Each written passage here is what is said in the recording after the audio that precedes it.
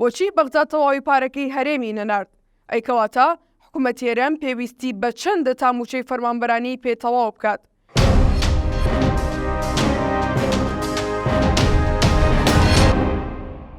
دوای چاوەڕوانێکی زۆر بەغداد هەفتەی ڕابردوو بڕی 598 میلیارد دیناری خستە سەر هەژماری هەرێمی کوردستان بۆ دابەشکردنی موچەی فەرمانبەران.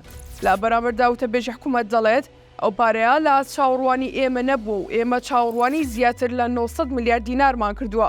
بە پێی بەدواداچوونەکانمان هۆکاری نەناردنی تەواوی موچە لەلایەن بەغداوە دەگەڕێتەوە بۆ چەند هۆکارێک. حکوومەتی عێراق دوای بەدواداچوون لە ڕێگەی لیژنە تایبەتمەندەکانی وردبینیەوە بڕیاری ئەوەی داوە بۆ موچەی مانگی حزەیرانی موچەخۆرانی هەرێم بڕی 598 میلیارد دینار ڕەوانەی هەرێم بکات و بڕی تاواکاری موچەکە لە داهاتی ناوخۆی هەرێمی کوردستان بۆ مانگی ڕابردوو تەواو بکرێت.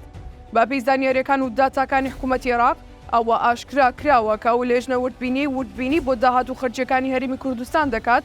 وەزارەتی داراییە ئاگادار کردوتەوە کە زیاتر لە 300 میلیارد دینار داهاتی مانگی ڕابردووی هەرێم لە خەزانەی حکوومەتی هەرێم هەیە و بۆ تەواوکاری موچەش پێویستی بە نزیکەی 600 میلیارد دینار دەبێت.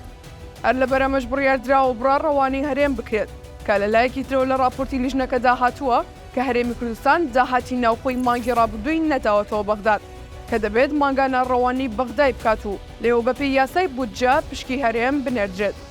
حکوومەتی هەرێم دەڵێت بۆ موچەی مانگی 6 بە کۆی گشتی پێویستمان بە 942 میلیارد دینار بووە.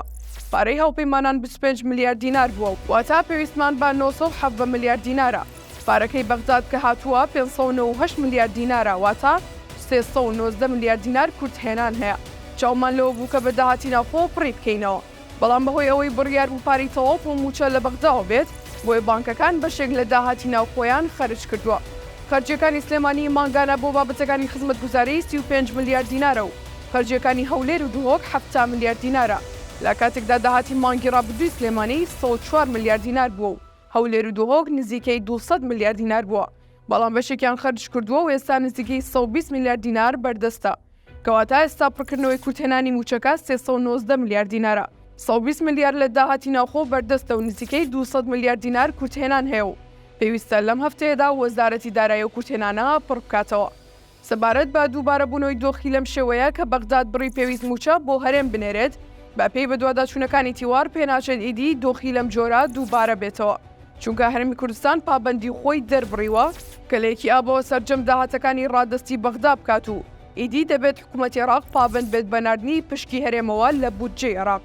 پێشەوە هەورامی وتەبێژی حکوومەتی هەرێمی کوردستان دوای ڕەوانەکردنی پارەکەی بەغدا لە ڕاگەاندراوێکدا ئاماژەی بەوە کرد ئێمە بۆ دابەشکردنی موچە پێویستمان بە 912 میلیارد دینار هەبووە لە عێراقەوە بێت بەڵام نەک شایستی دارایی نەنێرا بەڵکو پارەی پێویستیش بۆ موچە نەنێراوە و تەنها 598 میلیارد دینار ڕەوانە کراوە کە و بڕۆژ بەشی موچە ناکات. بەڵام سەرۆکی حکوومەت داوای لە وەزارەتی دارایی هەرێم کرد کە هەرچی زووە پارەی تەواو دابین بکات بۆ موچەی فەرمانبەران.